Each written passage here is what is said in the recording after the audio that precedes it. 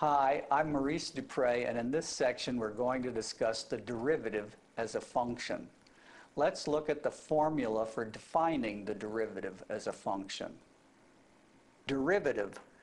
The derivative of the function f of x with respect to the variable x is the function f prime, that's f with this little mark on it, whose value at x is f prime of x equals the limit as h approaches 0 of f of x plus h minus f of x over h, provided the limit exists.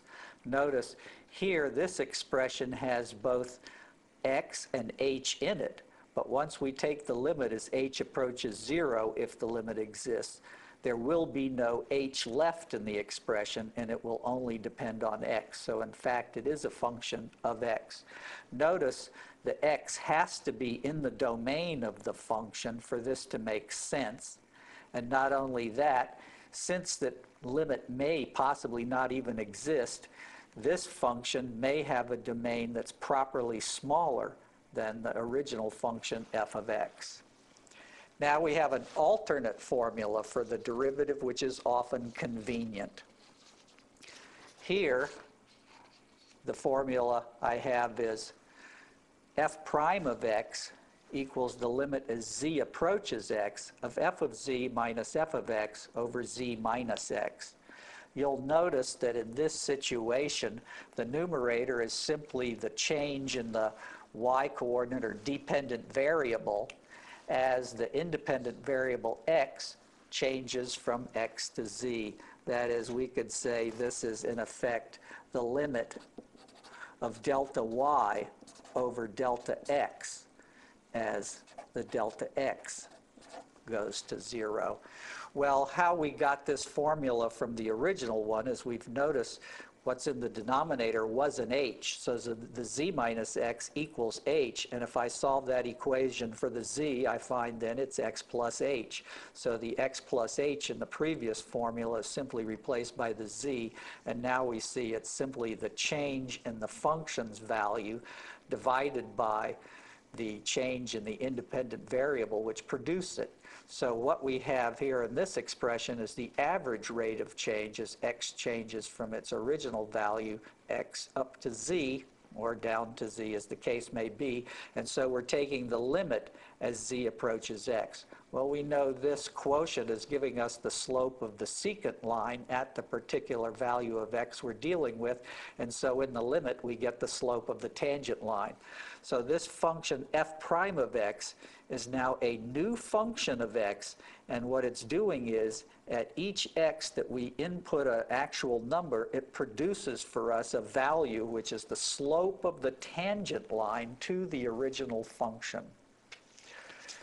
To look at a picture here to remind ourselves what's going on, the 2 points on the curve produce a secant line when I draw a line through the 2 points. So this would be my original point, x, comma, f of x, and over here I have the point x plus h, comma, f of x plus h. And so the rate of change, the average rate of change between these 2 points, is the difference quotient that we see in the formula.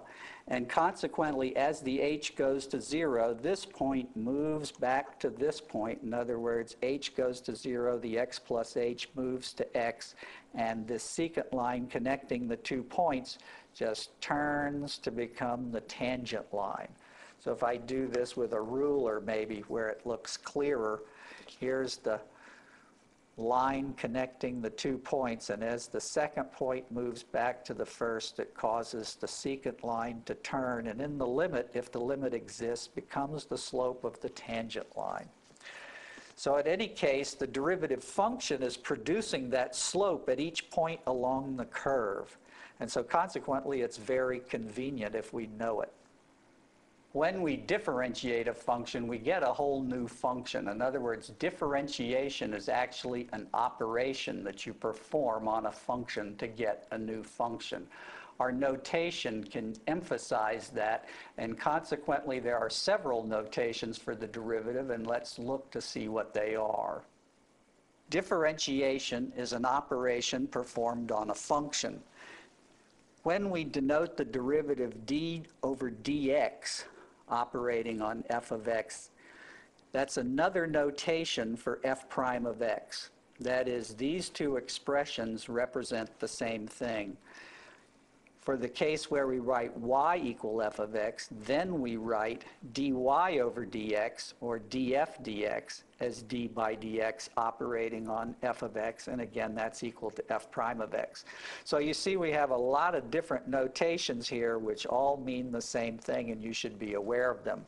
Also, in applications, we often have different letters other than x and y. So for instance, if the independent variable was time denoted by t, and the dependent variable was position denoted by w, say, this would be dw dt, and then if w is expressed as some function f of t, this df dt would be d by dt of f of t equals f prime at t. So in any case, there are a lot of different symbols, but the idea is that differentiation is an operation on a function. Now, it's important to realize that the derivative of a function is a new function, but it's also important to realize what it means. That is, when I put a specific number in for the independent variable in the derivative, it gives me the slope of the tangent line to the curve which is given by the original function. So consequently, in our notation, it's useful to have a notation which allows us to indicate the slope of the tangent line at a specific point. That is, our notation has to allow us to put in a specific value for the independent variable. Well, let's look to see how that notation looks in general. Notation. With notation df by dx equal f prime of x, to indicate the value of f prime at x equal a, we write f prime of a equals df over dx vertical line with a little x equal a down here at the bottom. That is, when you see this expression, you should realize it actually means to take the derivative as a function df over dx and then plug in a for the x in the expression. That is, we evaluate the derivative at x equal a. A useful fact about differentiable functions is that they're all continuous. Let's look. Theorem. Differentiability implies continuity. If f has a derivative at x equals c, then f of x is continuous at x equals c.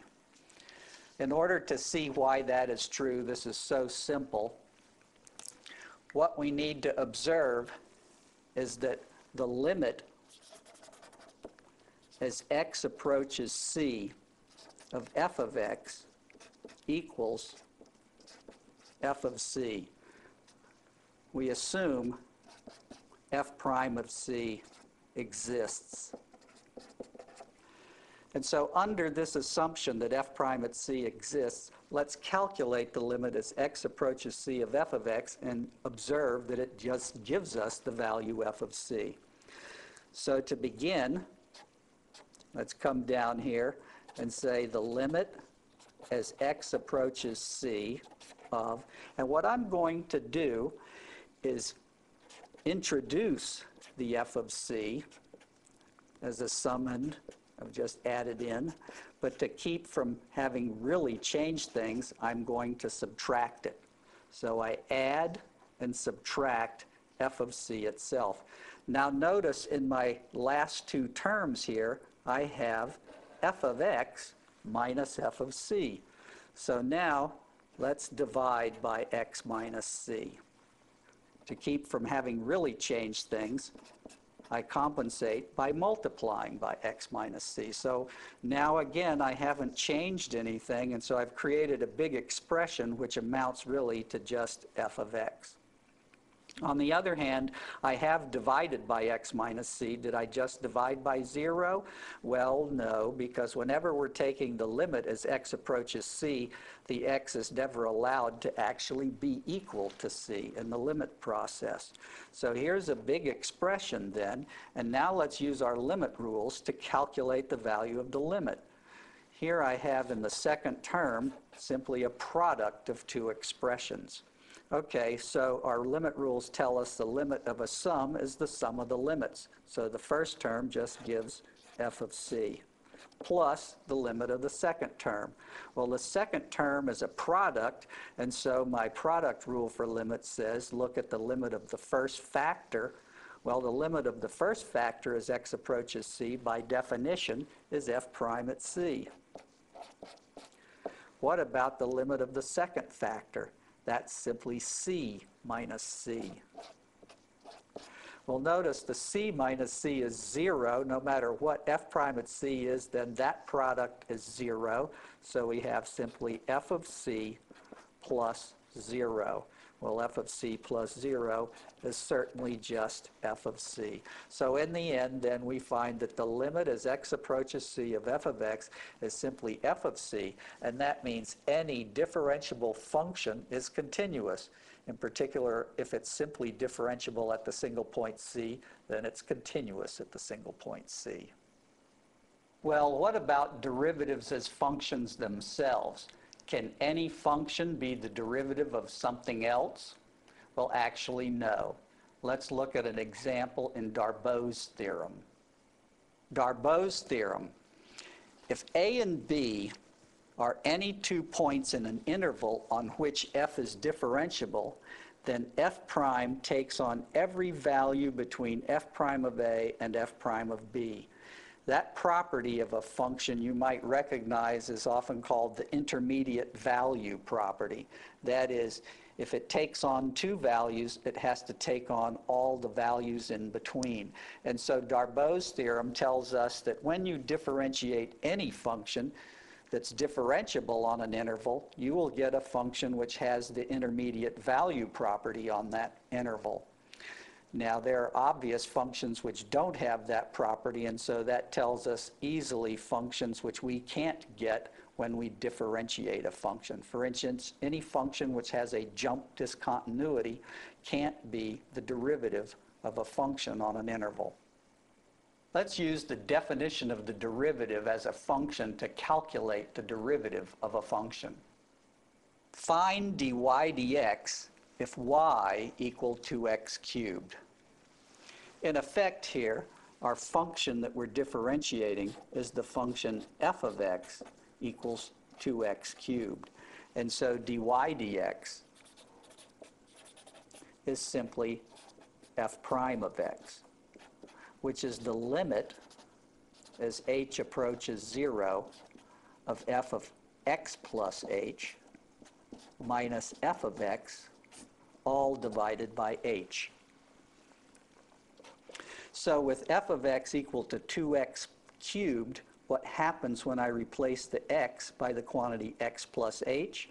I get simply 2 times the quantity x plus h cubed. We subtract what we get by simply copying the function, 2x cubed, divide by h. And of course, we're taking the limit as h approaches 0. And now you see what we have to do is expand the x plus h cubed. So we have the limit as h approaches 0 of 2 times the quantity x cubed plus 3x squared h plus 3x h squared plus h cubed minus 2x cubed, all divided by h. Okay, I'm going to transfer this part to a new sheet so we'll have more room to calculate. We have f prime of x equals the limit as h approaches 0 of 2 times the quantity x cubed plus 3x squared h plus 3xh squared plus h cubed minus the quantity 2x cubed, all divided by h. And so that's equal to the limit as h approaches 0. Well, let's do some simplification here. One thing I can do is simply factor out the 2. 2 times the entire expression that's left by factoring out the 2, well, that'll be this factor and the x cubed with a negative sign in front.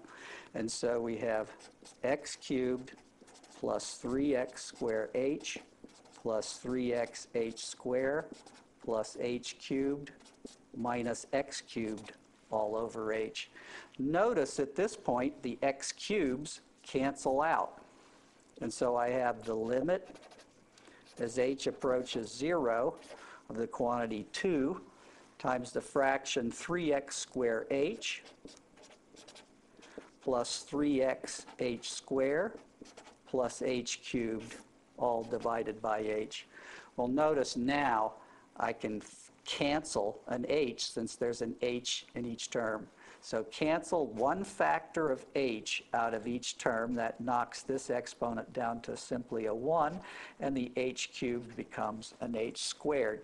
So now I have the limit as h approaches 0 of 2 times the quantity 3x squared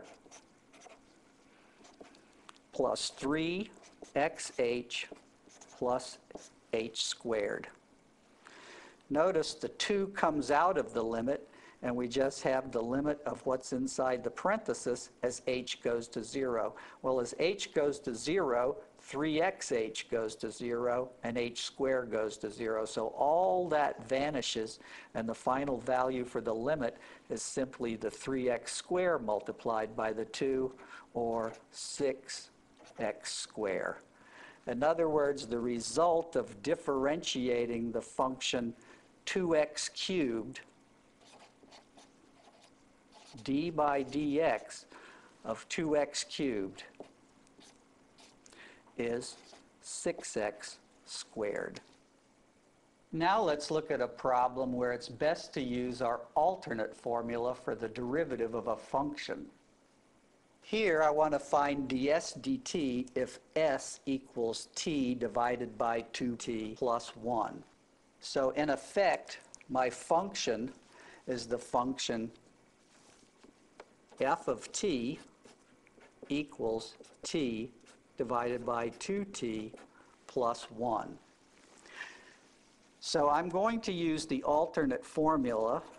Ds dt is f prime of t is the limit as z approaches t of f of z minus f of t divided by z minus t. Now, before I go any further, let me just point out, in order to compute this limit, remember, we're always going to be looking for a cancellation of a factor in the numerator with a factor in the denominator so we can actually perform the limit. When we use the defining formula for the derivative, we have the z replaced by x plus h, and the denominator is simply an h. So it's easy to spot the cancellation with only an h in the denominator. On the other hand, with the x plus h in the numerator, what you can take the advantage of is simply expanding the expression for f of x plus h. And so if there are powers to expand, then it becomes simply a fairly rote process. If we don't have powers around to work with where we can apply some kind of expansion process, that isn't going to help. But then when you've got an expression like x plus h or t plus h in there, that just gives you more symbols to confuse you. And so that's why in this situation it's best to simply have f of z minus f of t. So now I have the limit as z approaches t of, let's replace the t in this expression by z. So we have z over 2z plus 1 minus the original expression with the t over 2t plus 1, and that's all divided by z minus t. Now imagine what would have happened if I was using t plus h instead of z. This expression would be horribly complicated.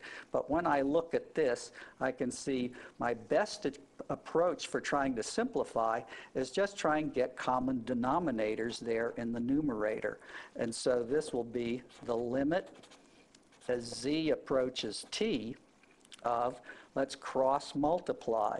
So I'll have z times the quantity 2t plus 1 minus t times the quantity 2z plus 1, all divided by, and now our denominator in the numerator is 2z plus 1 times 2t plus 1.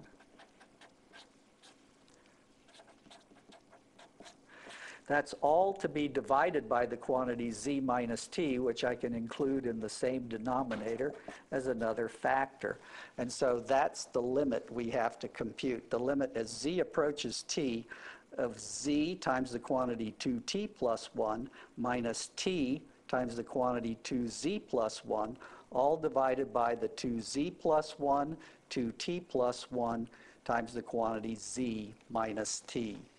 Okay, now in this expression you can see what we've got to do somehow is get something in the numerator to factor with z minus t. And so the simplest thing to do is simply simplify the numerator as much as possible. So let me transfer that to the top of another page and we'll simply keep working on it. Okay, so here we have the limit as z approaches t of the quantity z times the quantity 2t plus 1 minus t times the quantity 2z plus 1, and here we have the factors 2z plus 1, 2t plus 1, z minus t in the denominator. So let's begin simplifying the numerator. So we have the limit as z approaches t of, now let's multiply this z through in this term. We get 2zt plus z, 2zt plus z, minus what we get by multiplying t through in this term. In other words, it's going to put a negative sign in front of each term. So we'll have negative 2zt and a negative t. And all that is divided by the same denominator. Now, there's really not much to do with the denominator. We're just looking for something to cancel that z minus t, so all our work really has to go on in the numerator. And again, you'll notice that if that z were a t plus h, this whole expression would be much bigger, and we'd have a hard time seeing the forest for the trees here. Okay, so now it's easy. 2zt and negative 2zt cancel. And look what we have, z minus t all by itself in the numerator. So here we have the limit as z approaches t of simply z minus t, which I'll put a times 1 for emphasis, as that's very simple, 2z plus 1, 2t plus 1, and z minus t. That's our denominator. And so now notice the z minus t's cancel. So finally, we have the limit as z approaches t of 1 divided by 2z plus 1 times 2t plus 1. Well, this is easy to do. Our limit theorem tells us that the only thing we have to worry about by using the quotient rule for limits is that the limit of the denominator becomes 0. Well, the 2t plus 1 cannot be 0, otherwise the t wouldn't be in the domain of our function, and so that means we can replace the z here by t and get something where 2t plus 1 is not 0, and so consequently the limit is just 1 over 2t plus 1 quantity squared. Well, let's use the formula for the derivative function to find the derivative of a function. Find dp dq if p equals 1 over the square root of the quantity q plus 1. Well, here we're dealing in effect with the function f of q equals 1 over the square root of the quantity q plus 1. So with that in mind, dp dq is equal to the limit as z approaches q of f of z minus f of q, all divided by z minus q. Why did I use the alternate formula here instead of the original defining formula for the derivative? Well, the reason is I have no easy integral powers that are going to be expanded. I have the square root of q plus 1, and we don't have any expansion process for expanding square roots. And so if I put in a q plus h here instead of a single z, I'll just end up with more symbols in my face and have a harder time seeing what to do.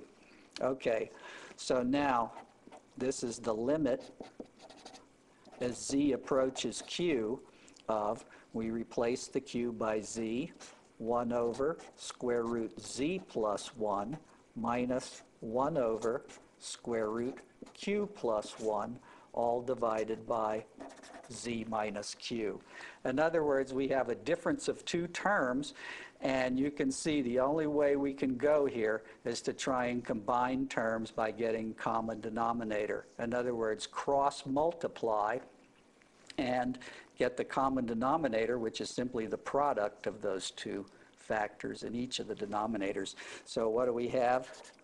dp dq equals the limit as z approaches q of, take this denominator, multiply by 1, we get square root q plus 1, and then minus the result of multiplying this denominator by that 1, we get negative square root z plus 1, all divided by the product of those two denominators.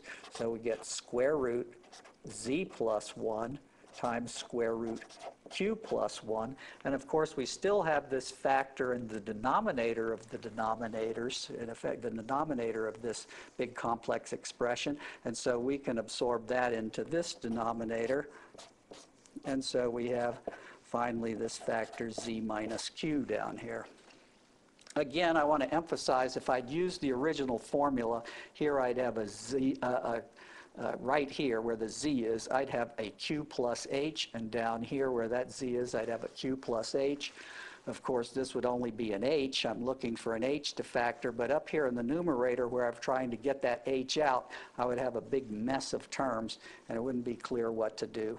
Now, there is a strategy whenever I have a difference of two square roots, because remember, the sum and the difference gives you the difference of the squares. And so what I'm going to do as a standard trick, multiply by the sum of these two terms, square root q plus 1 plus square root z plus 1. Of course, in order to make up for having multiplied by that, I must divide by it. Square root q plus 1 plus square root z plus 1. So all of this is just a big expression for the number 1. But on the other hand, when I look at this numerator, now I can multiply those two things together. Radical times radical, square root radical just goes away. In other words, square root of q plus 1 times square root of q plus 1 gives me q plus 1. Minus square root of z plus 1 times square root of z plus 1 is z plus 1. What about the cross terms? Negative of the product plus the positive of the product, they cancel out. So the entire numerator just collapses to that. Of course, the denominator's now gotten big. Well, we have the square root z plus 1. We have the square root q plus 1. We have the z minus q, and we have the sum of those two radicals, q plus 1 plus the square root of z plus 1. That's all down there in the denominator. Here I'll put parentheses around these two to emphasize their factors. And of course, we're taking the limit as z approaches q. So that is an expression for dp dq. Well, look what's going to happen. Q plus 1 minus z plus 1, 1 minus 1, they cancel. So the 1's cancel out. And what do I have here? Q minus z. Q minus z is simply the negative of z minus q. In other words, q minus z divided by z minus q is simply a negative 1. It all cancels out the z minus q in the denominator, and the numerator just simplifies to a negative 1. So let's write that result down. We end up with the limit as z approaches q of negative 1 divided by, we had the product of those radicals, z plus 1, q plus 1, each inside the radical, and then we have the sum of those radicals, z plus 1 plus square root of q plus 1, all that mess in the denominator. But our numerator is now simply a negative 1, and that factor z minus q, which is causing our trouble in the denominator, has gone. It's been canceled. So now we can easily take the limit as z approaches q by our quotient rule for limits. Because what's going to happen? Well, the radical square root has to be greater than or equal to 1 here. Actually, q could be negative, but it's got to be positive for the function to make sense. And so as z goes to q, this term is positive, and so this term is positive, and so consequently the entire expression makes sense when I replace z by q if the original function had made sense for that value of q. And so consequently, I just replace everywhere z by q. We get square root q plus 1 times square root q plus 1 times square root q plus 1 plus square root q plus 1, all down in the denominator. Notice what I have here is 2 times the radical square root of q plus 1. And so altogether, I have 2 times the square root of q plus 1 quantity cubed. The cube of the square root is the 3/2 power, so this is negative 1 divided by 2 q plus 1 to the 3/2 power, and that's our dp dq in this case. Now let's look at a problem where we have to use the sandwich theorem for limits to calculate a derivative. Let f be a function satisfying absolute value of f of x is less than or equal to x squared for negative 1 less than or equal to x less than or equal to 1. Show that f is differentiable at x equals 0 and find f prime at 0. Well, remember, whenever you see absolute value of a function less than or equal to something, it means the function itself is between the negative of the something and the original something. That is, here I write down f of x, negative x squared, and our function is between the negative x squared and the x squared. That's what absolute value of f of x being less than or equal to x squared is telling us. And this is true for all x in the interval negative 1 to 1. So notice what we can do. We can divide through this inequality by x, provided x is not 0. So when I divide negative x squared by x, I simply get negative x. And here I get f of x over x, and here I get x.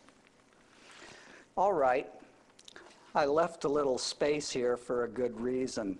Let's extend this horizontal line, And now I'll subtract 0 there and subtract 0 there. Subtracting nothing does nothing, so that's perfectly all right. Notice this expression right here is an expression which looks like a difference quotient. Well, if f of 0 were 0, this would be the average rate of change for the function between 0 and x.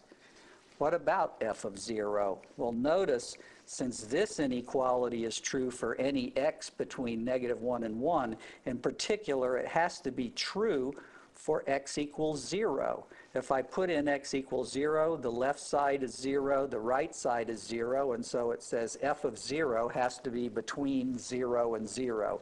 In other words, f of 0 is 0. Of course, this inequality is only making sense for x not equal to 0, but that's okay.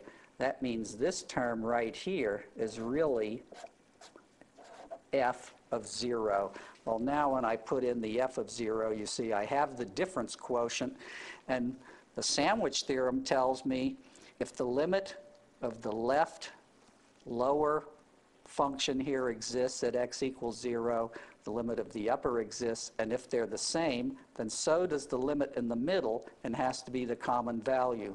Well, what's the limit as x approaches 0 of x? It's 0, so the same is true for negative x.